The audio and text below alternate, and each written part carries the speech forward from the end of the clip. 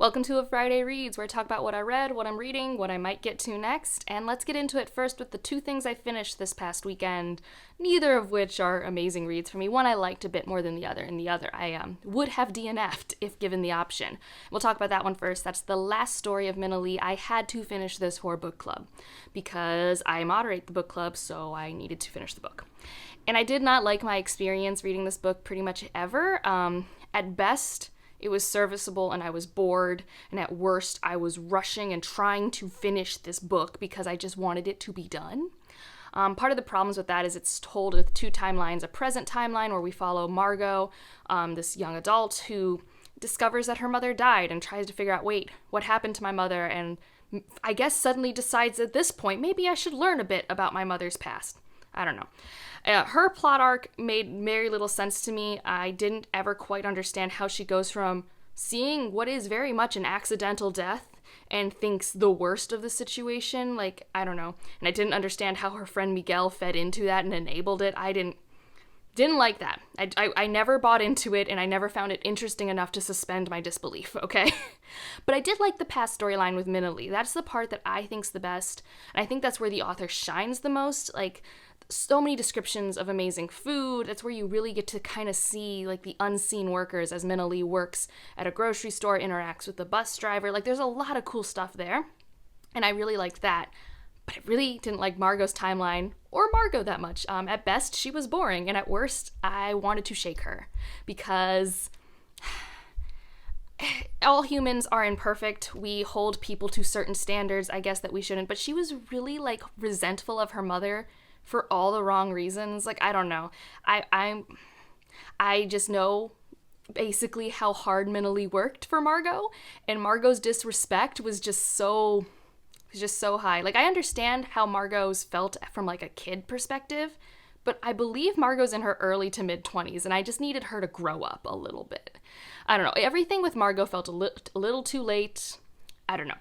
I gave this book, like, 2.5 stars or something like that, and at book club, it averaged 2.5 stars. I was not alone. A lot of us didn't get on with the writing style. Somebody really did take a lot from it, so I can see why it is as popular as it is, but I have personally read other books I would recommend that fills these thematic tropes and, I don't know, talks about Korean immigration. Like, if you wanted what this story is selling, but don't need a murder mystery attached for no reason, I personally have better recommendations for this. But, I don't know, I mostly don't like this book because I had to finish it, you know? Like, it's just what happens. So if you like this book, I'm happy for you. As I told the person at book club who really liked it, it's like, I wish I had had your experience. I wish. But the other one I finished was The Destroyer of Light, and this one was good. I mean, I still didn't land on it being like a 4-star, and even as time goes by, less of it sticks in my head. But I did like its setting and its world building. I liked its narrative framework. I did not dislike this book. But that said, even though it is relatively unique and it's dark and it's twisty, I don't know who to recommend this to. And like I said, as time goes by, it's just like leaving my head. It is a not romanticized Persephone retelling, I guess I would say, in terms of, you know, a young girl gets taken away by a dark figure and forced to be with him, and kind of the whole how it turns into a cyclical, oh, because you have eaten this fruit, you have to come back every 6 months. Like, that part of the tale is more when they say it's a Persephone retelling. That's the part. It's not the romanticized versions we usually get. So there's that. I liked, like I said, the setting was so cool. The aliens, the tech, the situation we're in. Like, learning about the world was really fun, and piecing together the narrative structure was enjoyable for me. But even after seeing the whole picture, I just don't know who to recommend this to. It was a fun time, but I don't think I'll ever reread it, and I'm sure in like a couple months I'll like have forgotten I've read it, unfortunately. It's just one of those things. I didn't dislike reading it. It was just a bit more work for the payoff I got, if that makes sense, because the writing style was kind of tricky for my brain, and with the complex world building and narrative structure, like, I was thankful that it was a pretty short read, but I kind of wish it was a slightly more digestible writing style for the story and world building I got, for just my preferences. But I thought this was actually like a really well-crafted story. Just not, I don't know, it's not for me, and again, I don't know who to recommend it to, because not only does it have all of these caveats I've said, but it's incredibly dark, like child soldiers, child assault on page, like incredibly dark world.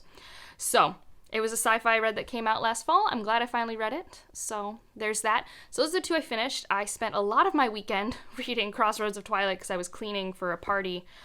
Ugh, this book will not end. I think I'm like 70% of the way through now. What has happened? I don't know. I don't know what's happened. I don't think, maybe I'll like it less than Path of Daggers. I don't know. Currently, Path of Daggers is my least favorite.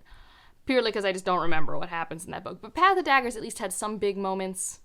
I really don't know what's happened in Crossroads of Twilight. And, like, there are things that we have talked about for books now without resolution. Like, literal, like, I think, 6, 7, 8, 9. We are 5 books with a character having an ailment that I know is suspicious.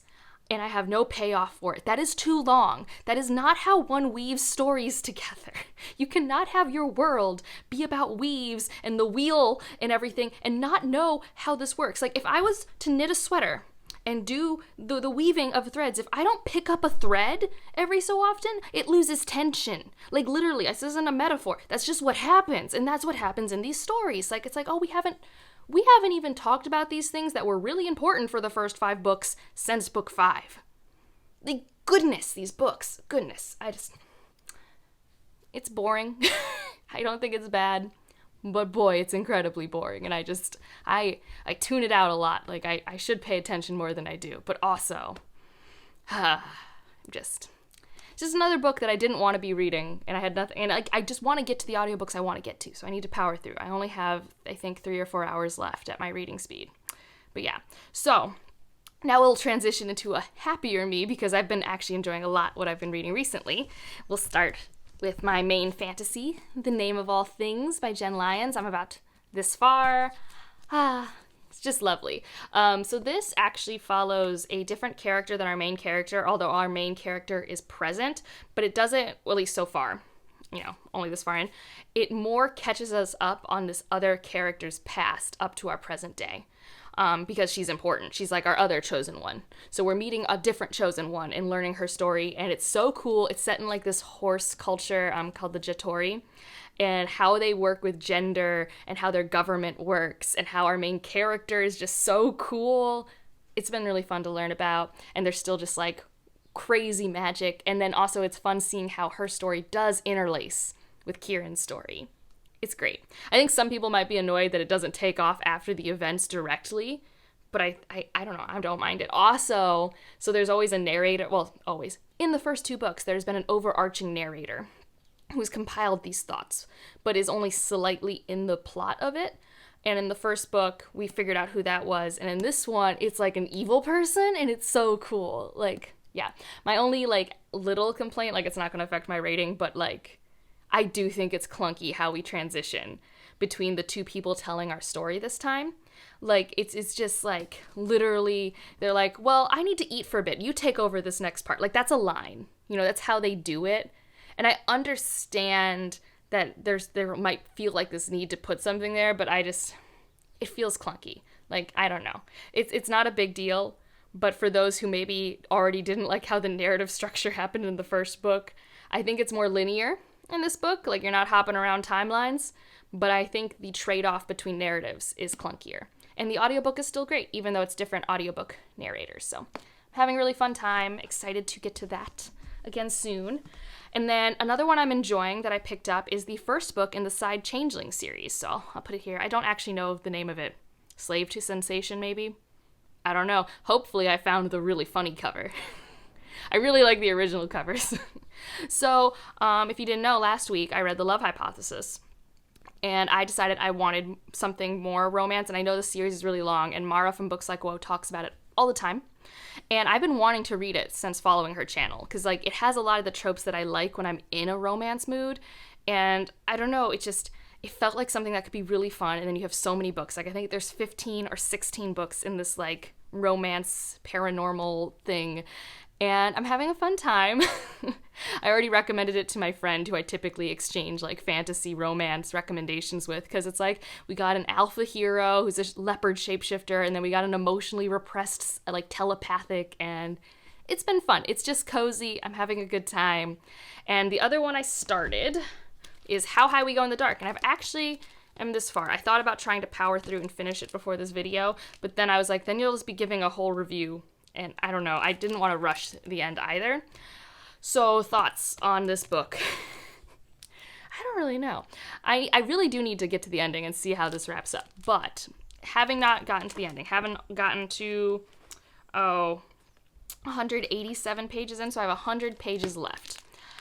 I think it's good, but not great, probably is what I would go with. Like, it's consumable. Like, it's completely consumable for me. Like, in the past 24 hours, maybe more like 30 hours, I've read 180 some pages of this while reading The Name of All Things and the Side Changeling book. So, like, very consumable read.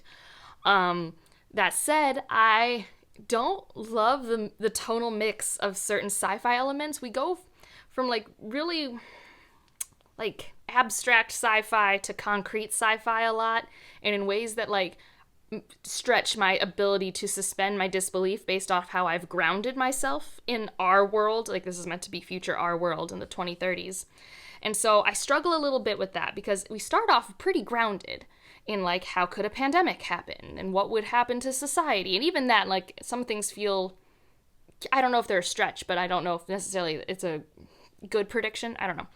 But then there are just other, like, the effects of the virus get a little weird. And then, like, also just, it's just weird stuff happening, man. Like, I don't know. So tonally, I'm just, like, all over the place. And then emotionally, I'm not connected to anything that's happening in here. Like, I like watching it because I just like watching things burn a little bit. And that's literally what's happening here. So I'm not, like, super depressed. Like I said, no emotional connection. It feels like this will probably not stick in my brain after I finish it. That's how it feels. It's completely consumable. I want to be reading it. I like reading it while I'm reading it. But thematically speaking, I'm not connecting to the themes. I'm not emotionally connected to the characters, mainly because, as I knew going into this, it's vignettes. You spend, like, 30 pages with each character. And, like, I don't think any of the characters are particularly unique to each other. Like, they're identified by their careers. And some of them, you know, like, they basically just have, like, one or two traits, and then you as a person can fill in the blanks, and, like, you can fill them in yourself, and that's kind of how the characterization works, I think. So, I don't know. I'm not disliking it. I'm not loving it.